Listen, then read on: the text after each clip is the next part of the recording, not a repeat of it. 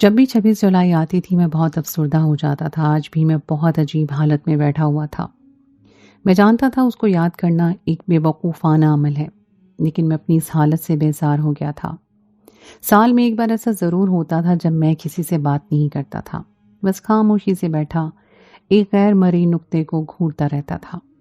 مجھے جیل سے رہائی حاصل کیے کافی عرصہ بیت گیا تھا۔ میری اماں اب میرے لیے ایک لڑکی کو تلاش کر رہی تھی اور جلدی ہم دونوں کی شادی بھی ہونے والی تھی، مگر پھر بھی میں اس واقعے کو بھول نہیں پاتا تھا جو بات ایک قیدی نے مجھے بتائی تھی، اور اگلے ہی دن اس کو پھانسی ہو گئی تھی۔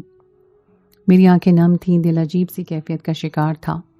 میں مسلسل اس قیدی کو یاد کر رہا تھا جب اچانک میرے بھائی نے میرے کندھے پہ ہاتھ رکھا تھا۔ یکدم میں حال میں لوٹا تھا۔ وہ میرے برابر میں بیٹھتے ہوئے سوالیہ لہجے میں بولا تھا، کیا ہوا اسکند؟ تم مجھے وہ کافی اداس لگ رہے ہو۔ شادی ہونے والی ہے لڑکے تو بہت خوش ہوتے ہیں، پھر تم کیوں اداس ہو؟ میں نے خاموش نگاہ اپنے بھائی کے وجود پر ڈالی تھی اور صف نفی میں ہلاتے ہوئے بولا تھا، آپ نہیں سمجھیں گے، میں بہت تکلیف میں ہوں۔ آج کا دن میرے لیے بہت مشکل ہوتا ہے بھائی، میں ابھی کسی سے بات نہیں کرنا چاہتا۔ میں یہ کر اٹھنے لگا تھا جب میرے بھائی نے اچانک میرا ہاتھ پکڑ لیا اور مجھے دیکھتے ہوئے بولے تھے، ہم دونوں میں کب سے یہ ہونے لگا؟ تم جب بھی پریشان ہوتے ہو میرے پاس آتے ہو، اپنا مسئلہ بتاتے ہو اور تمہارا دل ہلکا ہو جاتا ہے۔ ایسا ہی حال میرا ہے، پھر تم کیوں میری جان اداس کر رہے ہو؟ بتاؤ تو صحیح، کیا ہوا؟ کیا معلوم میں تمہارا یہ مسئلہ سن کے اس کے لیے کوئی حل تجویز کر دوں۔ میں اپنے بھائی کی بات سن کر دھیما مسکرایا تھا اور سر نفی میں ہلاتے ہوئے بولا تھا، آپ کبھی بھی اس مسئلے کا حل نہیں نکال سکتے، یہ مسئلہ بہت پیچیدہ ہے اور بے انتہا الجھا ہوا ہے، اس لیے جانے دیں۔ لیکن میرا بھائی مجھے زور دینے لگا اور میں ماضی کی ان وادیوں میں کھو گیا جو کبھی میں یاد بھی نہیں کرنا چاہتا تھا۔ میں ایک جرم میں پولیس کے ہتھے چڑھ گیا تھا اور نئی نئی جوانی چڑھی تھی، اس لیے پیسے کمانے کا بھوت سوار تھا۔ مگر جب میں نے محنت کرنے کی کوشش کی تو وہ اجرت مجھے حاصل نہیں ہو پائی جو میں نے سوچ رکھی تھی۔ اس لیے میں نے اپنے دوستوں کے ساتھ مل کر چوری کرنا شروع کر دی، لیکن تیسری چوری میں ہی میں پکڑا گیا تھا۔ دوست تو بھاگ گئے تھے لیکن میں ہتھے چڑھ گیا تھا۔ پولیس نے ریمانڈ لیا، خوب مارا اور مجھے 2 سال کی قید سنا دی گئی۔ گھر والوں نے خوب کوشش کی تھی لیکن میں باہر نہیں نکل سکتا تھا۔ اسی دوران ایک لڑکا آیا تھا جس کی عمر تقریباً 27 سال تھی اور میری عمر میں 27 سال ہی تھی۔ ہم دونوں ایک ہی جیل میں تھے۔ وہ کافی خاموش تھا، سر جھکائے بس ایک کونے میں بیٹھا ہوا تھا۔ 2 دن بعد اس کو پھانسی کا آرڈر تھا۔ اس بات کی مجھے آگاہی مل گئی تھی، لیکن نہ جانے کیوں میرے دل میں یہ خواہش جاگ رہی تھی کہ میں اس سے یہ سوال کروں کہ وہ اس طرح چپ چاپ کیوں بیٹھا ہے۔ آخر اسے کون سا گناہ سرزد ہو گیا ہے جو اس کو پھانسی دی جا رہی ہے؟ لیکن ایک عجیب جھجک محسوس ہو رہی تھی، مگر پھر میں نے اپنا سر جھٹک دیا تھا۔ مجھے معلوم تھا 2 دن بعد یہ مر جائے گا اور اس کا کیس بند ہو جائے گا، اس لیے میں نے سوچا کیوں نہ ایک بار میں اس سے حال ہی پوچھ لوں۔ میں سیدھا اس لڑکی کے پاس چلا گیا تھا اور اس کے برابر میں بیٹھ کر سوالیہ لہجے میں بولا تھا کہ بات سنو، تم کافی اداس معلوم ہو رہے ہو۔ صحیح بات ہے یار، پھانسی دی جا رہی ہے، کل تم اس دنیا میں نہیں رہو گے، مگر ایک بات تو بتاؤ، تمہیں پھانسی کیوں دی جا رہی ہے؟ میرے سوال پر اس نے مجھے ایک نگاہ دیکھا تھا اور سر نفی میں ہلاتے ہوئے اپنا رخ موڑ لیا تھا، جبکہ میں حیران تھا، اتنا بھی کیا انسان میں غرور کہ ایک بار میری بات بھی نہیں سنی۔ میں خاموشی سے جا کر اپنی جگہ پر بیٹھ گیا تھا۔ وہ رات جیسے تیسے گزر گئی تھی، لیکن میرے دل میں تجسس نے ڈیرے ڈال لیے تھے۔ مجھے پتا تھا اگلے دن اس کی موت پکی ہے، کیونکہ کل کی فائنل ڈیٹ آ گئی تھی، اور پھر بھی میں اس سے یہ سوال نہیں کر پا رہا تھا کہ وہ کیوں پھانسی کے پھندے پہ چڑھے گا۔ کچھ سوچ کر میں اس لڑکے کے پاس ایک بار پھر گیا تھا۔ وہ ابھی تک کل رات والی پوزیشن میں ہی بیٹھا ہوا تھا۔ میں نے اس کا ہاتھ پکڑ لیا تھا اور اس کے کندھے پہ اپنا دوسرا ہاتھ رکھتے ہوئے بولا تھا، میں جانتا ہوں تم ابھی بہت تکلیف میں ہو، مرنا کسی کو بھی پسند نہیں ہوتا، سب جینا چاہتے ہیں، مگر تم ایک بار اپنا درد بیان کر لو، کل ویسے بھی تمہاری پھانسی ہے، اپنا دل ہلکا کر لو، کیا پتا میں تمہارا سکون بن جاؤں، تمہیں راحت مل جائے۔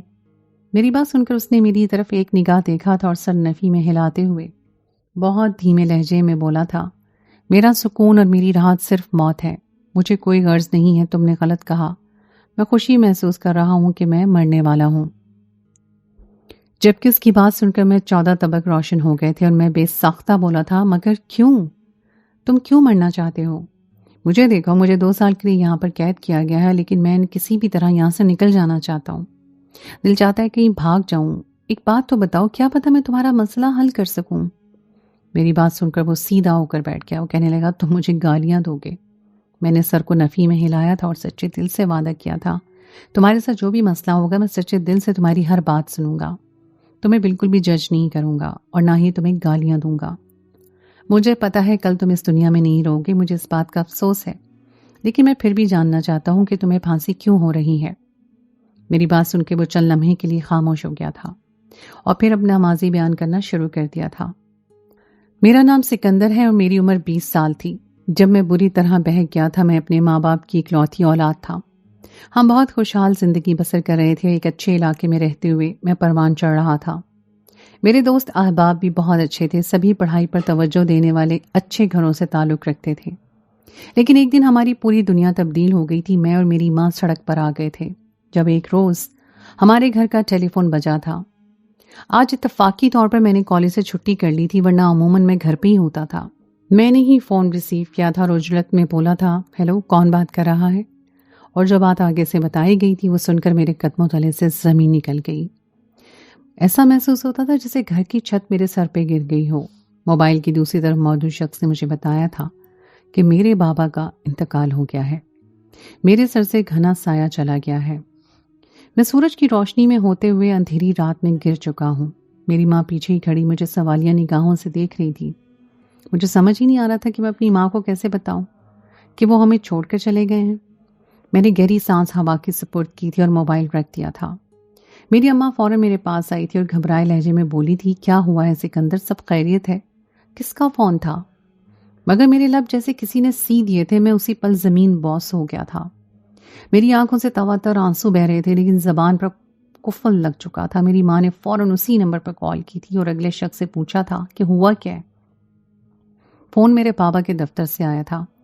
انہیں اچانک ہارٹ اٹیک ہو گیا تھا۔ جیسے ہی اسپتال پہنچے تو ڈاکٹر نے معائنہ کرنے کے بعد تصدیق کر دی تھی کہ وہ اس دنیا میں نہیں رہے۔ میری ماں بیوہ ہو گئی تھی اور ہم دونوں سڑک پہ آ چکے تھے۔ یہ گھر بھی ہمیں دفتر کی طرف سے ہی ملا ہوا تھا۔ بابا کی تدفین کے بعد ہی ان لوگوں نے گھر واپس لینے کا مطالبہ کر دیا تھا۔ میری ماما نے بہت منت سماجت کی تھی کہ میں کہاں جاؤں گی، خدارا میرے حال پہ رحم کھائیں، مگر وہ لوگ فرعون بن گئے تھے۔ ان کا کہنا تھا کہ یہ گھر صرف اور صرف عثمان صاحب کے نام تھا، مگر ان کے انتقال کے بعد یہ گھر گورنمنٹ کے نام ہو گیا ہے۔ آپ لوگ یہاں سے جلد گھر خالی کر دیں تو بہتر رہے گا۔ جبکہ میری ماما کا کہنا تھا کہ میں ان کی بیوہ ہوں، میں دوسری شادی نہیں کروں گی، میں اپنے بیٹے کے ساتھ زندگی بسر کروں گی، مجھے یہاں رہنے دیا جائے، بلکہ میرے شوہر کی پینشن بھی مجھے دی جائے۔ میری ماما سے وعدہ کیا گیا تھا کہ پینشن تو آپ کو ملے گی، لیکن گھر آپ کو کسی صورت نہیں مل سکتا۔ پینشن پر ہی ہم لوگ ایک چھوٹے سے علاقے میں آ گئے تھے اور وہیں پر ایک کمرے کا مکان کرائے پہ لے لیا تھا۔ میں عالیشان گھر میں رہنے والا ایک چھوٹے سے کرائے کے مکان میں آ گیا تھا، اور یہ علاقہ بہت ہی گندا اور غریب لوگوں کا تھا، جہاں پر چھوٹے چھوٹے لوگ رہتے تھے جن کی سوچ بے انتہا گھٹیا ترین تھی۔ میری ماں نے جب یہاں کے لوگ اور ان کے انداز دیکھے تو فوراً ہی انہوں نے میرا باہر نکلنا بند کر دیا تھا۔ لیکن میں کب تک گھر میں رہتا؟ انسان تھا، باہر جانا تو بے انتہا ضروری تھا۔ اس لیے اپنی ماں کی ہر بات کو مسترد کیے باہر نکلنے بیٹھنے لگا۔ دھیرے دھیرے میرے دوست بننا شروع ہو گئے۔ میری شخصیت بہت متاثر کن تھی، اس لیے لوگ مجھ سے بے انتہا مجھے پسند کرتے۔ کب میری دوستیاں عروج پر گئیں مجھے پتہ ہی نہیں چلا۔ جیسے ہی میں ان لڑکوں کے ساتھ بیٹھنے لگا تو میرا رجحان پڑھائی سے بالکل ہٹ گیا تھا، اور میں موبائل، گانے، فلمز، انہی سب چیزوں میں مشغول ہو گیا تھا۔ میرے پرانے دوست مجھ سے بالکل ہی قطع تعلق کر چکے تھے۔ سبھی کو معلوم ہو گیا تھا کہ میں کس قدر گندے علاقے میں رہائش پذیر ہوں۔ سب نے صاف بول دیا تھا کہ ہمارے ماں باپ کسی صورت بھی ہمیں تم سے ملنے کی اجازت نہیں دے رہے ہیں، کیونکہ تم جس علاقے میں رہ رہے ہو وہاں کے لوگ اچھے نہیں ہیں، تمہیں بہت بری بری باتیں سکھائی جائیں گی اور تم ہم میں ٹرانسفر کر دو گے۔ جبکہ میں یہ سب سن کر مزید آگ بگولا ہو گیا تھا۔ میں دوبارہ اپنے پرانے دوستوں کی طرف گیا ہی نہیں تھا۔ ویسے بھی میں نے سن رکھا تھا غریبوں کی دوستی بہترین ہوتی ہے، لیکن میں اس بات کو فراموش کر چکا تھا کہ جو لوگ غلط سوچ رکھتے ہیں ان کے پاس نظریہ بھی غلط ہوتا ہے۔ میری عمر اب 21 سال ہو گئی تھی۔ بابا کے انتقال کو تقریباً 6 مہینے کا وقت بیت چکا تھا۔ امی کی عدت بھی پوری ہو گئی تھی اور انہوں نے نوکری کرنا شروع کر دی تھی۔ وہ ایک فیکٹری میں چیکنگ ڈپارٹمنٹ میں رکھی گئی تھی۔ صبح کی وہ گئی شام کو آتی تھی، میں بھی ایک چھوٹی سی دکان پہ کھڑا ہو جاتا تھا۔ جس سے مجھے اچھی اجرت مل رہی تھی۔ میرا اپنا گزارا ہو رہا تھا، اس لیے مجھے کوئی فکر نہیں تھی۔ میری امی کا کہنا تھا کہ تم پڑھائی کرو، اپنے باپ کا نام روشن کرو، ان کی خواہشات کو پورا کرو، لیکن بس اب میں آگے پڑھنا ہی نہیں چاہتا تھا۔ میں نے محض انٹر کر لیا اور یہی میرے لیے کافی تھا، لیکن مجھے معلوم نہیں تھا کہ جلدی یا بدیر میری یہ سوچ کتنی غلط ثابت ہونے والی ہے۔ میری سب سے اچھی دوستی عمران نامی لڑکے سے ہوئی، لیکن وہ انتہا کا گندا لڑکا تھا۔ اس نے مجھے وہ باتیں بتائی تھیں جن کو سن کر میرے رونگٹے کھڑے ہو گئے تھے۔ سب سے پہلے مجھے اس نے اپنی گلی کے لڑکوں کے گروپ میں جوائن کیا تھا۔ پہلے دن میں بہت خوش ہوا، گھر جا کر ان سب سے چیٹنگ کرنے لگا۔ ان سب کو معلوم تھا میں اچھے گھر سے آیا ہوں، اس لیے بہت سب تہذیب سے باتیں کر رہے تھے، لیکن اچانک ہی عمران کہنے لگا، ارے دوستو، سب اپنے اصلی روپ میں آ جاؤ، کسی کو بھی گھبرانے کی ضرورت نہیں ہے۔ سکندر بھی ہم جیسا ہی ہے، بس تھوڑا ماڈرن ہے، مگر ہم جلد جیسا ہو جائے گا۔ عمران کی کہنے کی دیر تھی کہ اچانک ہی گروپ میں گالی گلوچ شروع ہو گئی اور میں حیران رہ گیا کہ یہ سب کچھ کیا ہو رہا ہے۔ میں بس خاموشی سے ان لوگوں کے آنے والے میسیجز پڑھ رہا تھا۔ میری آنکھیں پھٹی کی پھٹی رہ گئی تھیں، مگر اچانک ہی مجھے ان باتوں سے لذت حاصل ہونے لگی۔ وہ لوگ بہت ہی گھٹیا گفتگو کر رہے تھے جو دوست آپس میں کرتے ہوئے بھی شرمندہ ہو جاتے ہیں۔ ان لوگوں کی باتیں سن کر میرے چہرے پر یکدم مسکراہٹ آ گئی تھی اور میں اٹھ کر بیٹھ گیا تھا۔ میری امی کام سے آدھے ساتھ سو گئی تھی، وہ لوگ زیادہ تر غلط باتیں کر رہے تھے۔ اچانک عمران نے ایک ویڈیو سینڈ کی تھی۔ میرا دل بہت بری طرح گھبرا رہا تھا، مجھے سمجھ ہی نہیں آ رہا تھا کہ میں اس ویڈیو کو دیکھوں یا نہیں، کیونکہ میں اتنا تو جان چکا تھا کہ یہ ویڈیو بالکل بھی اچھی نہیں ہے۔ میرا حال بہت برا ہو رہا تھا اور گھبراہٹ کے مارے میری ہتھیلی میں پسینہ آ گیا، ماتھے پر بھی پسینے کے قطرے نمودار ہو رہے تھے، اور کہنے کو میں 21 سال کا ہو گیا تھا، مگر میری تربیت اس انداز میں کی گئی تھی کہ میں نے نہ کبھی کوئی غلط چیز دیکھی تھی اور نہ ہی کبھی کوئی غلط حرکت کرنے کے بارے میں سوچا تھا۔ میں نے امی کی جانب دیکھا تھا، وہ گہری نیند سو رہی تھی۔ میں نے کپ کپاتے ہاتھوں سے اس ویڈیو کو پلے کر دیا، اور جیسے جیسے وہ ویڈیو چلتی جا رہی تھی میرا دماغ خراب ہونے لگا تھا۔ میں نے ڈر کے مارے موبائل بند کر کے ایک طرف پھینک دیا تھا۔ میری سانس بہت تیز چل رہی تھی۔ میں نے یہ کیا دیکھ لیا تھا، مجھے کچھ سمجھ نہیں آ رہا تھا۔ کافی دیر تک میں اپنے آپ کو سنبھالتا رہا تھا۔ میں سب سے پہلے کچن میں گیا، 2 گلاس پانی کے پی کر اپنے آپ کو ٹھیک کیا تھا، اور ایک بار پھر آ کر میں موبائل تھام لیا۔ جیسے ہی میں نے گروپ آن کیا تو وہاں پر کئی ویڈیوز بھیجی گئی تھیں اور سب ان پر غلط کامنٹس کر کے ہنس رہے تھے۔ عمران مجھے ٹیگ کرتے ہوئے بولا تھا، کیا ہو گیا بھائی، تم تو ایسے غائب ہوئے ہو جس کی کوئی حد ہی نہیں، کوئی تو جواب دو۔ جبکہ میں بالکل خاموش تھا۔ میں دھیرے دھیرے ویڈیوز دیکھنے لگا تھا اور میرا دماغ بالکل بند ہو گیا تھا۔ میں نے موبائل ایک طرف رکھ دیا تھا اور میری آنکھیں لال سرخ ہو رہی تھیں۔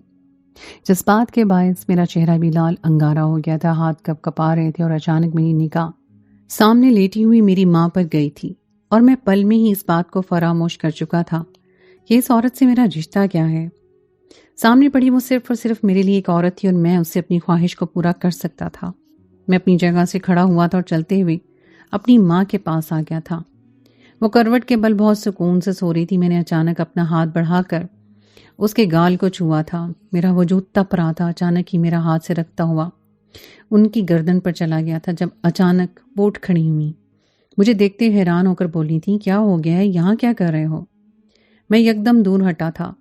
میری چوری پکڑی جا چکی تھی۔ ان کو سمجھ نہیں آیا تھا کہ ان کے ساتھ کیا ہوا ہے، جبکہ میں فوراً ہی اداکاری کرتے ہوئے بولا تھا، امی آپ کے گال پر کوئی کیڑا چل رہا تھا، میں نے سوچا ہٹا دوں، آپ کی نیند خراب ہو گئی، معافی چاہتا ہوں۔ وہ سر کو ہلکی جنبش دے کے گہری نیند سو گئی تھی۔ ان کے سوتے ہی میں نے گہری سانس لی۔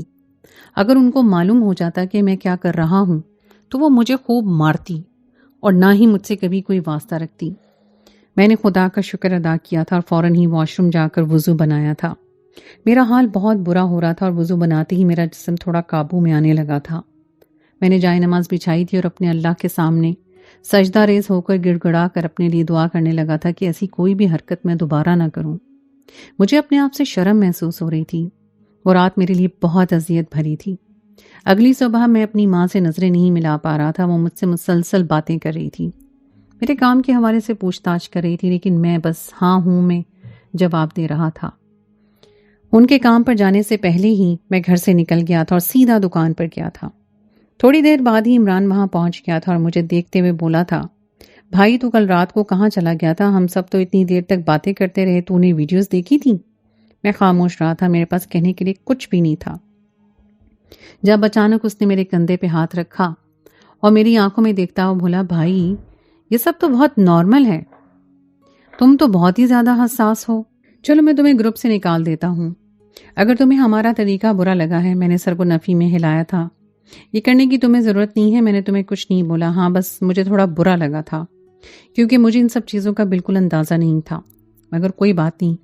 میری بات سن کر وہ زوردار کہکا لگا کر ہنسا تھا اور مجھے دیکھتے ہوئے بولا تھا، میں تمہیں بالکل ٹھیک ممی ڈیڈی کہتا ہوں۔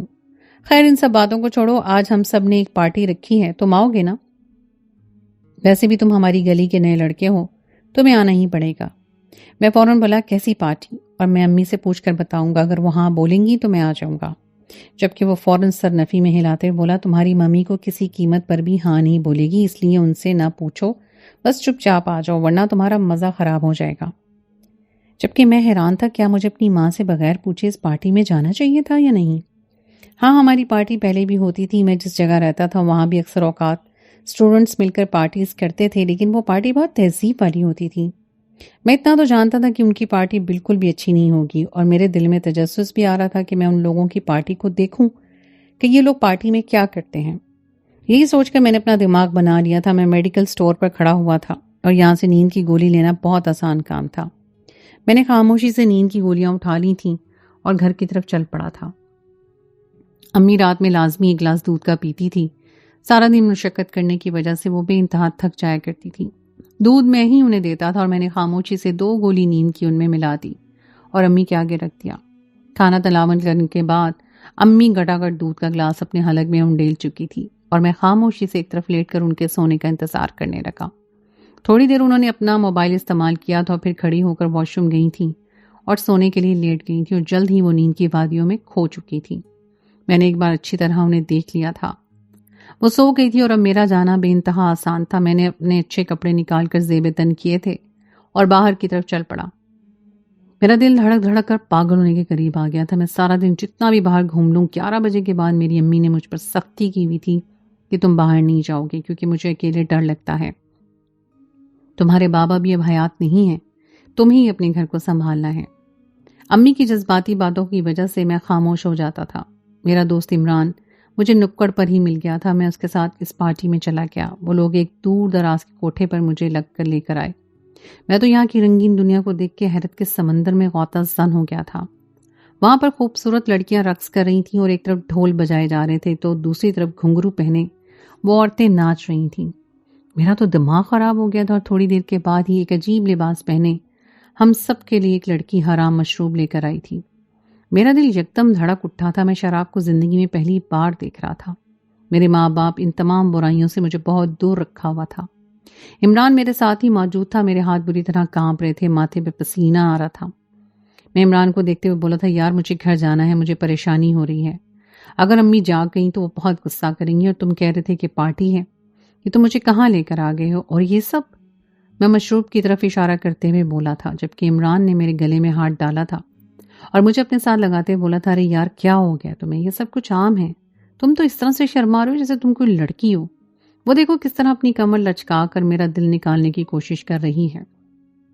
تم بھی سب کچھ انجوائے کرو، اس طرح پریشان کیوں ہو رہے ہو؟ اور تم نے خود بتایا ہے کہ تم نے امی کو 2 گولی دی ہے، تو پھر اس طرح ہلکان کیوں ہو رہے ہو؟ اس کی بات بھی ٹھیک تھی، ایک گولی ہی وہ اتنی اسٹرانگ تھی کہ بندہ اگلی صبح بھی آرام سے نہ جاگ پائے۔ میں نے تو پھر 2 گولیاں دی تھی۔ میں خاموشی سے بیٹھ گیا۔ ناچ گانا بند ہو جانے کے بعد فوراً ہی مشروب اب ہمارے سامنے پیش کیا جا چکا تھا۔ میں نے اشارے سے منع کر دیا تھا۔ میں نظریں جھکا کر بیٹھا ہوا تھا، دل ہولے ہولے کانپ رہا تھا۔ عمران نے میرے کندھے پہ ایک بار پھر ہاتھ رکھا تھا اور مجھے اپنے ساتھ لگاتے ہوئے بولا تھا، میری ناک کٹواؤ گے، سارے دوست تمہیں دیکھ رہے ہیں، میں نے سب سے تمہارا تعارف اپنا بیسٹ فرینڈ بول کر کروایا ہے، اس لیے خاموشی سے ہی یہ پی جاؤ، بہت مزے کی ہے، مجھے دیکھو میں کیسے پیتا ہوں۔ یہ کہتے ہی عمران نے 2 گلاس چڑھا لیے تھے۔ اب مجھے تجسس ہونے لگا تھا کہ یہ ہوتی کیسی ہے، کیا مجھے یہ پی لینی چاہیے تھی؟ مجھے ڈر بھی لگ رہا تھا، لیکن میں ڈر حاوی ہونے نہیں دے سکتا تھا۔ عمران کی بات بالکل ٹھیک تھی، مجھے اب یہاں آ گیا تھا، اگر میں یہاں آ کر بھی مزہ نہ لیتا تو مجھ سے بڑا کوئی بے وقوف نہ ہوتا۔ میں نے گہری سانس ہوا کے سپرد کی، اب فوراً مشروب اٹھا کے اپنے حلق میں انڈیل لیا تھا۔ ایسا محسوس ہوتا تھا جیسے میرا حلق چھل گیا ہو. مجھے جلن سی ہونے لگی تھی، لیکن چند پل بعد مجھے ایک عجیب سرور آنے لگا تھا. میں نے ایک اور گلاس اپنے حلق میں انڈیل لیا تھا. میرا سر اب بری طرح گھوم رہا تھا. یہ میں نے کیا پی لیا تھا؟ مجھے کچھ سمجھ نہیں آ رہا تھا. وقت گزرتا جا رہا تھا اور ہم لوگ تقریباً 3 بجے کے قریب اس کوٹھے سے گھر کی طرف روانہ ہوئے تھے. مجھے عمران نے ہی تھام رکھا تھا اور مجھے اب سب کچھ گھومتا ہوا محسوس ہو رہا تھا. ایسی بات نہیں تھی کہ میں اپنے حواس میں نہیں تھا، لیکن میں ٹھیک سے چل نہیں پا رہا تھا. عجیب سی مدہوشی طاری ہو گئی تھی. وہ مجھے گھر کے دروازے پہ چھوڑ کر اپنے گھر کی طرف گامزن ہو گیا تھا. میں نے بہت احتیاط سے گھر کا دروازہ کھولا تھا اور اندر داخل ہو گیا. میرے لبوں پر بس یہی کی دعا جاری تھی کہ میری امی نہ جاگی ہوں، ورنہ میرے لیے بہت بڑی مصیبت ہو جائے گی. میں نے دروازہ بند کیا اور گھر پر ایک طائرانہ نگاہ ڈالی تھی. امی گہری نیند سو رہی تھی. میں نے سکون کا سانس لیا تھا اور اپنی جگہ پر لیٹ گیا تھا. تھوڑی دیر کے بعد مجھے اپنے جسم میں عجیب سی بے چینی محسوس ہونے لگی تھی. دل چاہتا تھا کہ کوئی عورت میرے پاس آ جائے اور میں اپنی تشنگی مٹا لوں، مگر قریب کوئی بھی موجود نہیں تھا. مجھے یکدم گھبراہٹ سی ہونے لگی. میں نے چاروں جانب نگاہ گھمائی تو یکدم میری آنکھیں میری ماں کے وجود سے ٹکرائی تھیں. میرا سانس دھونکنے کی مانند چل رہا تھا. وہ شراب مجھ پہ اب اثر کرتی جا رہی تھی. میں بہت احتیاط سے اپنی جگہ سے کھڑا ہوا تھا اور قدم بقدم چلتا ہوا اپنی ماں کے پاس آ گیا. میں جانتا تھا میں یہ غلط کر رہا ہوں. میرے لیے میری ماں بہت اہمیت کی حامل ہے. یہ محض عورت نہیں بلکہ رشتے میں میری ماں لگتی ہے. لیکن اس وقت میرے دماغ پر محض گندگی چھائی ہوئی تھی اور میں اس گندگی میں بہہ گیا تھا. وہ کافی گہری نیند سو رہی تھی، اس لیے انہیں بالکل اس بات کا اندازہ نہیں ہوا کہ میں ان کے ساتھ کیا کرنے جا رہا ہوں. سب سے پہلے میں نے اپنا ہاتھ قمیض کی طرف بڑھایا تھا اور دھیرے دھیرے میں اپنی حد پار کرنا شروع کر چکا تھا. مجھے گھبراہٹ بھی ہو رہی تھی اور ڈر بھی لگ رہا تھا اگر امی جاگ گئیں تو مجھے کسی قیمت پر نہیں چھوڑیں گی. مگر شکر تھا کہ وہ اس قدر گہری نیند سو رہی تھی کہ ان کی آنکھ کھلی ہی نہیں تھی اور میں کافی حد تک اپنی تشنگی مٹا چکا تھا. لیکن میرا ارادہ اب کام پورا کرنے کا تھا، مگر آج یہ سب کچھ ممکن نہیں تھا. میں نے 2 گولیاں دی تھیں اور اب میرا دماغ بہت تیزی سے کام کر رہا تھا. اگر مجھے اپنی خواہش کو پورا کرنا تھا تو محض یہ 2 گولی کام نہیں کر سکتی تھی. ان کو مجھے کم از کم روزانہ 3 یا 4 نیند کی گولیاں دینی تھیں تاکہ میں آرام سے اپنا کام کر سکوں. مگر آج جو بھی ہو گیا تھا اس میں بھی مجھے خوب مزہ آیا تھا. میں خاموشی سے جا کر لیٹ گیا تھا. جلدی نیند کی وادیوں میں کھو چکا تھا. میری آنکھ تقریباً صبح کے 12 بجے کھلی. میں اٹھ کر بیٹھ گیا. چاروں طرف نگاہ گھمائی تو امی ابھی تک گہری نیند سو رہی تھی. یکدم رات کا تمام منظر میری آنکھوں کے سامنے کسی فلم کی مانند چلنے لگا تھا اور مجھے گھبراہٹ طاری ہو گئی. شرمندگی سے میری آنکھیں چھپ گئی تھیں. یہ مجھ سے کیا ہو گیا تھا؟ میں نے فوراً ملامت کی تھی اور جلدی سے واش روم جا کے غسل لیا تھا. میرا دل بہت تیزی سے دھڑک رہا تھا. میں مسلسل اپنے اللہ سے معافی مانگتا جا رہا تھا کہ مجھے ایسا کام نہیں کرنا چاہیے تھا. یہ غلط ہو گیا ہے. لیکن میں اب بے بس تھا. جو ہونا تھا وہ ہو چکا تھا. میں باہر آیا تو امی ابھی تک سو رہی تھیں. میں نے ان کا کندھا ہلایا تھا اور انہیں جگانے کی کوشش کی تھی. تھوڑی دیر کے بعد وہ بھی اٹھ گئیں اور ہڑبڑا کر واش روم گئی تھیں کیونکہ ٹائم بہت زیادہ ہو چکا تھا اور انہیں اپنے کام پر جانا تھا. میں نے امی کے لیے ناشتہ تیار کر دیا تھا. واش روم سے آتے ہی وہ میرے ساتھ ناشتہ کیا اور پریشانی سے بولی، پتہ نہیں کل رات مجھے اتنی گہری نیند کیوں آ گئی، ورنہ تم جانتے ہو میں کتنی چوکنا سوتی ہوں، لیکن کل رات ایک بار بھی میری آنکھ نہیں کھلی. اللہ خیر کرے، یہ کہتے ہی انہوں نے اپنے کپڑے وغیرہ تبدیل کیے اور اپنے کام کے لیے چلی گئی تھیں. ساتھ میں مجھے تاکید کی تھی کہ میں گھر کا خیال رکھوں، جبکہ میں ان کے جانے کے بعد اپنا سر تھام چکا تھا. جو رات کو میں نے کیا تھا اس کے لیے میرا دل ملامت کا شکار تھا. میں خاموشی سے اپنے کام پر چلا گیا تھا. پورا دن اسی کشمکش میں گزر گیا اور رات ہوتے ہی میرا دماغ پھر خراب ہونے لگا تھا. میری نگاہیں بار بار نیند کی گولیوں پہ جا رہی تھیں. کیا مجھے وہاں سے نیند کی گولیاں اٹھا لینا چاہیے تھیں؟ ایسے کئی خیالات میرے دماغ میں آئے تھے اور میں سوچ کر نیند کی گولی ہاتھ میں لے جا چکا تھا.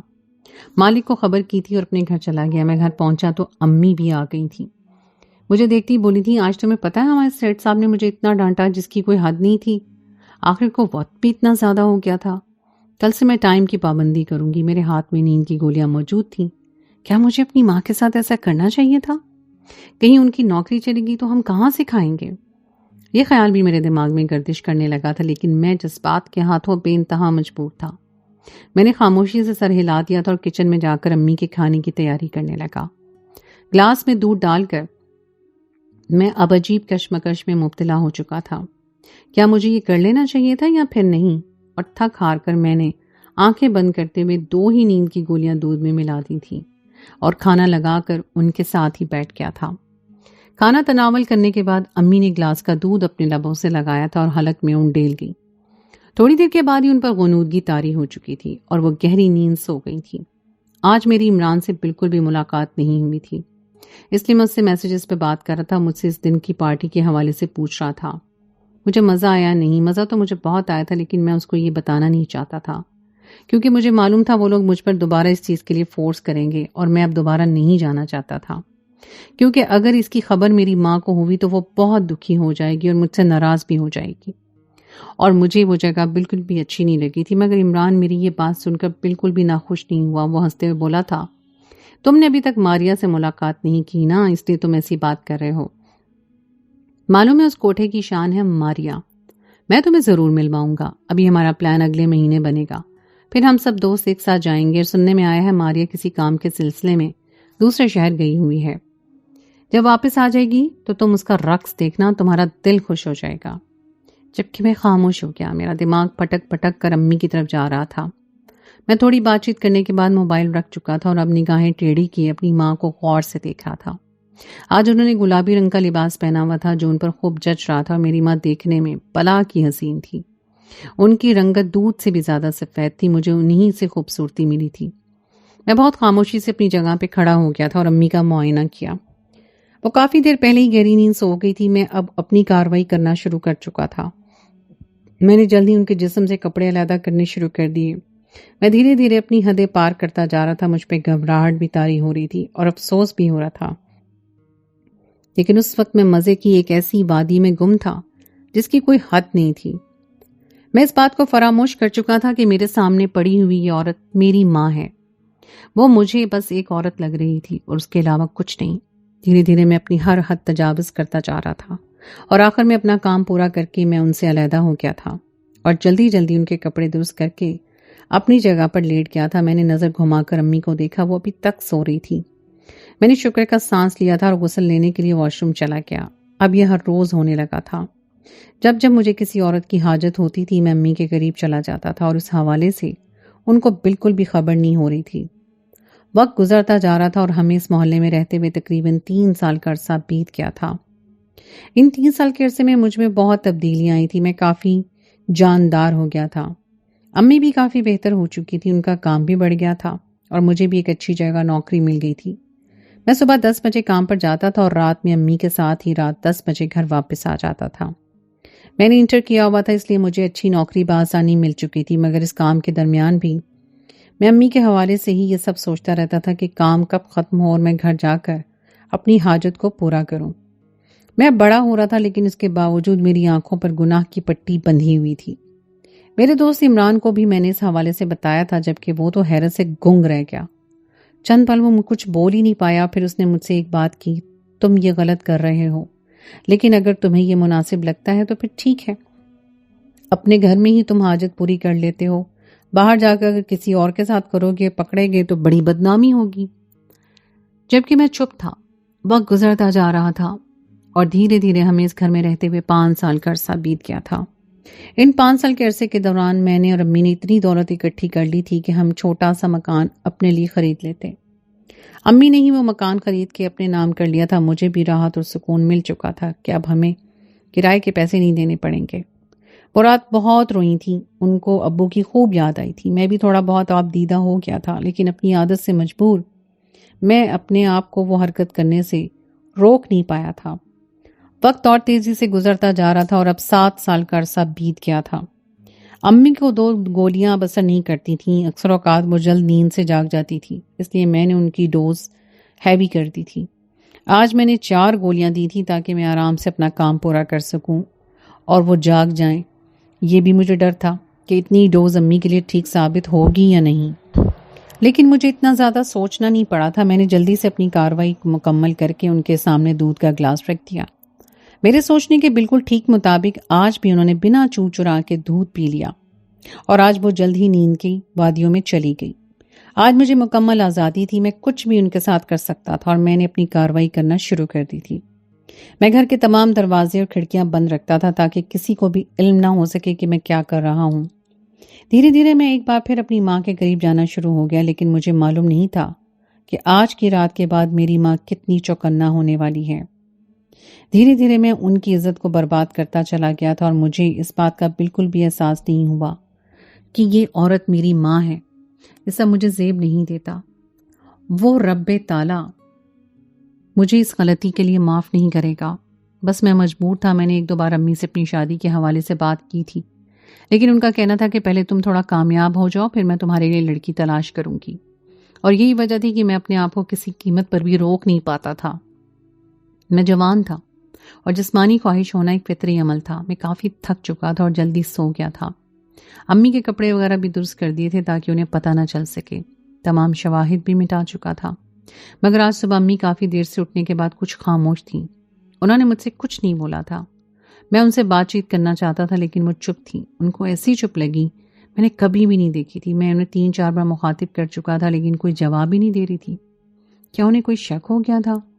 یہ خیال ہی مجھے پریشان کر رہا تھا اور میں دل ہی دل میں دعا کر رہا تھا کہ امی کو کسی بھی صورت اس چیز کا علم نہ ہو، ورنہ میرا کیا بنے گا؟ بہت بدنامی ہو جائے گی۔ مگر مجھے معلوم ہی نہیں تھا کہ جس بارے میں سوچ رہا ہوں وہ سب کچھ حقیقت ہے۔ آج رات بھی میرا وہی سب کچھ کرنے کا ارادہ تھا، کیونکہ امی کا ارادہ 1 ہفتے کے بعد حیدرآباد جانے کا تھا۔ ان کی بہن وہاں رہتی تھی، وہ ان سے ملاقات کرنا چاہتی تھی۔ اس لیے میں جلدی جلدی سب کچھ کر لینا چاہتا تھا تاکہ جب تک امی وہاں رہیں مجھے اتنی زیادہ حاجت محسوس نہ ہو۔ آج بھی میں نے 4 گولیاں ڈالنے کے بارے میں سوچا تھا۔ میں گھر آتے ہی دودھ میں گولیاں ملا چکا تھا، لیکن شاید امی کافی ہوشیار ہو گئی تھی یا پھر انہیں کسی بات کا اندازہ ہو چکا تھا۔ میں نے کھانا وغیرہ لگا دینے کے بعد الگ سے دودھ رکھ دیا تھا اور کھانا کھاتے ہی انہوں نے مجھے آج پہلی بار باہر سے کچھ سامان لینے کے لیے بھیج دیا۔ میری نگاہیں تو امی کے گلاس پر تھیں۔ اگر وہ دودھ پی لیتی تو میں آرام سے چلا جاتا۔ میں کچھ کہتا اس سے پہلے امی نے میرے آگے پیسے بڑھا دیے اور مجھے جلدی جانے کا حکم دے دیا۔ میں بھی خاموشی سے امی کے گلاس پہ ایک نظر ڈال کر چلا گیا تھا۔ تھوڑی دیر کے بعد گھر واپس آیا تو گلاس خالی تھا اور وہیں دسترخوان پہ رکھا ہوا تھا۔ میں نے شکر کا سانس لیا۔ وہ سامان امی کو دیتے ہوئے اپنی جگہ پر جا کر لیٹ گیا، ورنہ روزانہ کی طرح وہ نیند کی وادیوں میں جلدی کھو چکی تھی۔ جیسے مجھے یقین ہو گیا کہ وہ سو گئی ہیں تو میں اپنی جگہ سے کھڑا ہوا تھا اور بہت آہستگی سے قدم اٹھاتا ہوا ان کے پاس آ گیا تھا۔ میں دھیرے دھیرے اپنی کارروائی شروع کر چکا تھا۔ میں اب اپنی حد سے بڑھ رہا تھا۔ ابھی ان کے سینے کی طرف ہاتھ بڑھاتا اس سے پہلے ہی میری امی نے میرا ہاتھ پکڑ لیا، جبکہ میں دھک سے رہ گیا۔ میرا سانس رک چکا تھا۔ میں پھٹی پھٹی نگاہوں سے امی کی کھلی ہوئی آنکھوں کو دیکھ رہا تھا۔ میں حیرت کے سمندر میں غوطہ زن ہو چکا تھا۔ میں نے انہیں 4 گولیاں دی تھیں۔ ایسے کیسے وہ جاگ چکی تھی؟ اچانک ہی انہوں نے میرے منہ پر ایک گھماتا ہوا زناٹے دار تھپڑ رسید کیا تھا اور مجھے دیکھتے ہوئے غصے سے بولی تھی کہ تم میرے ساتھ یہ کرتے تھے؟ مجھے آج سمجھ آیا آخر میں یہ دودھ پی کر اتنی مدہوش کیوں ہو جاتی تھی۔ میں نے کبھی تصور بھی نہیں کیا تھا سکندر کہ تم اس حد تک گر سکتے ہو۔ میں تمہاری ماں ہوں، جبکہ تمہیں تمام جذبات بھگ سے میرے اڑ گئے اور میں اپنی ماں کو پھٹی پھٹی نگاہوں سے دیکھ رہا تھا۔ اچانک انہوں نے مجھے مارنا شروع کر دیا۔ مجھے گالیاں دینے لگیں کہ تجھ جیسی اولاد خدا کسی دشمن کو بھی نہ دے۔ تجھے اتنا احساس بھی نہیں ہوا کہ میں تیری سگی ماں ہوں؟ تو اتنا کیسے گر سکتا ہے؟ اتنی بھی کیا آگ؟ میں کیا تیری شادی نہیں کرواتی؟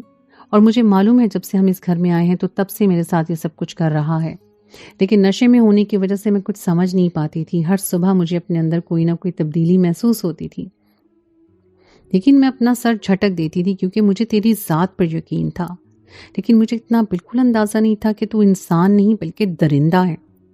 مجھے موت آ جائے، میں اسی اولاد کو اس دنیا میں لائی ہی کیوں؟ میری ماں زار و قطار روتے ہوئے مجھے بد دعائیں دیتی جا رہی تھی اور میں چپ چاپ ان کے سامنے کھڑا ہوا تھا۔ اچانک ہی انہوں نے ہچکیاں لینی بند کر دی اور بے ساختہ ان کا ہاتھ اپنے دل کے مقام پر گیا تھا۔ میں فوراً ان کے قریب بڑھنے لگا تو انہوں نے مجھے اپنے پاس آنے سے روک دیا تھا اور میری طرف دیکھتے ہوئے تکلیف سے بولی تھی، میں تجھے کسی قیمت پر معاف نہیں کروں گی۔ جو تو نے میرے ساتھ کیا ہے میں تجھے کبھی اپنا دودھ نہیں بخشوں گی۔ تو اس قابل نہیں ہے کہ میں تجھ جیسی اولاد کو اپنے نام دوں۔ میں تجھے بد دعا دیتی ہوں جب تک تو زندہ رہے تجھے سکون نہ آئے، تو تکلیف سے تڑپتا رہے، تو مر جائے۔ اور یہ کہتے ہی میری ماں نے ایک ہچکی لی تھی اور وہیں دم توڑ دیا تھا۔ میری حرکت کا انہیں اتنا صدمہ پہنچا تھا کہ وہ اسی پل جان کی بازی ہار گئی تھی۔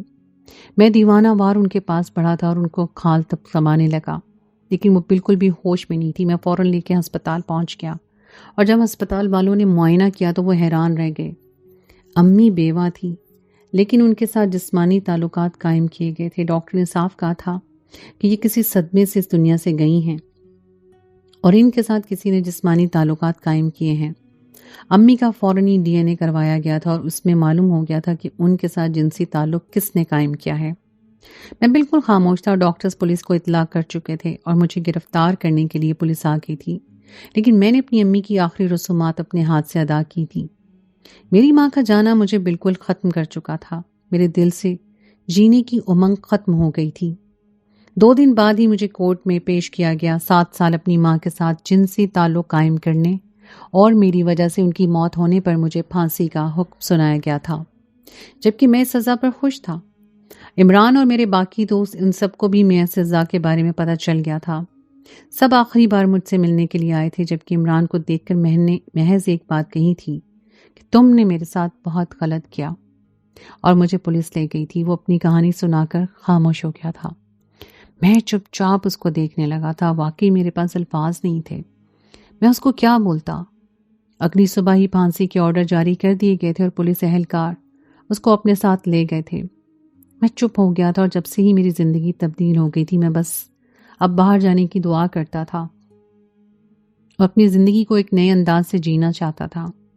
میرے گھر والوں کی مدد سے مجھے 1 سال بعد رہائی حاصل ہو گئی تھی، مگر آج بھی جب میں 26 جولائی یاد کرتا ہوں تو میری آنکھیں نم ہو جاتی ہیں۔ اس کی آخری بات، عمران تم نے میرے ساتھ ٹھیک نہیں کیا، وہ بالکل درست تھی۔ وہ چھوٹا تھا اور ایک اچھے ماحول سے آیا تھا، لیکن اس کے دوستوں نے اس کی زندگی کو تباہ کر دیا تھا۔ یہ ایک ماں باپ کے لیے بہت بڑا میسج ہے۔ جن ماں باپ کی توجہ اپنی اولاد سے کم ہو جاتی ہے اور کام پر مرکوز ہو جاتی ہے، ان کی اولاد ایسی ہی گمراہی کی طرف گامزن ہو جاتی ہے۔ ماں باپ کو چاہیے کہ اپنی اولاد پہ نظر رکھیں کہ وہ کیا کر رہی ہیں، ان کے ساتھ بیٹھ کر بات چیت کریں، ان کے دماغ اور دل میں کیا چل رہا ہے ان سے پوچھیں۔ لیکن آج کل کے ماں باپ محض کام اور اپنے آپ سے ہی واسطہ رکھتے ہیں، اور یہ ایک بہت غلط بات ہے، جس کی وجہ سے نوجوان نسل گمراہی کی طرف گامزن ہوتی جا رہی ہے۔